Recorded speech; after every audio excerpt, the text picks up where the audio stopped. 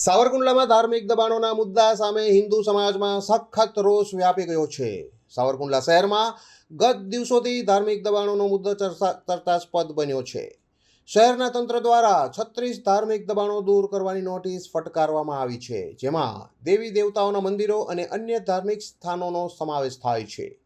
આ નોટિસનો વ્યાપક વિરોધ કરતા સાવરકુંડલાના હિન્દુ સમાજ અને વેપારી સંગઠનો દ્વારા સાવરકુંડલા શહેર સજ્જડ બંધ કરીને વિરોધ દર્શાવવામાં આવ્યો હતો।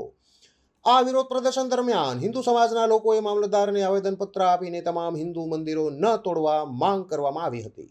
સંતો મહંતો અને હજારો હિન્દુ સમાજના લોકોની હાજરીમાં આ આવેદનપત્ર આપવામાં આવ્યું હતું। સાવરકુંડલામાં હાલ આ મામલો ખૂબ જ ચર્ચાને ચકદોળે ચડ્યો છે, ત્યારે આવનારા દિવસોમાં શું નિષ્કર્ષ આવે છે તેના તરફ હિન્દુ સમાજની મીટ મંડાઈ છે। हिंदू समाज आज एक थई अने मामलतदार श्रीने संतो महंतोनी हाजरीमां आवेदन पत्र आपवा माटे आवेल छे के सावरकुंडलाना पौराणिक हिंदू मंदिरो जेमां हिंदुओनी आस्था जोड़ायेली छे, जेमां हिंदुओना देवी देवताओनो वास छे, एवा एक पण मंदिरनी काकरी जो पण हली तो सावरकुंडलाना समग्र हिंदुओ આવતી કાલે આનાથી પણ ઉગ્રમાં ઉગ્ર આંદોલન કરશે। ગત તારીખ 17 ના રોજ સાવરકુંડલાના વિવિધ 34 હિન્દુ મંદિરોના જે પૌરાણિક મંદિરો છે એને તંત્ર દ્વારા નોટિસ આપવામાં આવી હતી, જેના વિરોધની અંદર સમસ્ત હિન્દુ સમાજની અંદર એક ભારે રોષ હતો।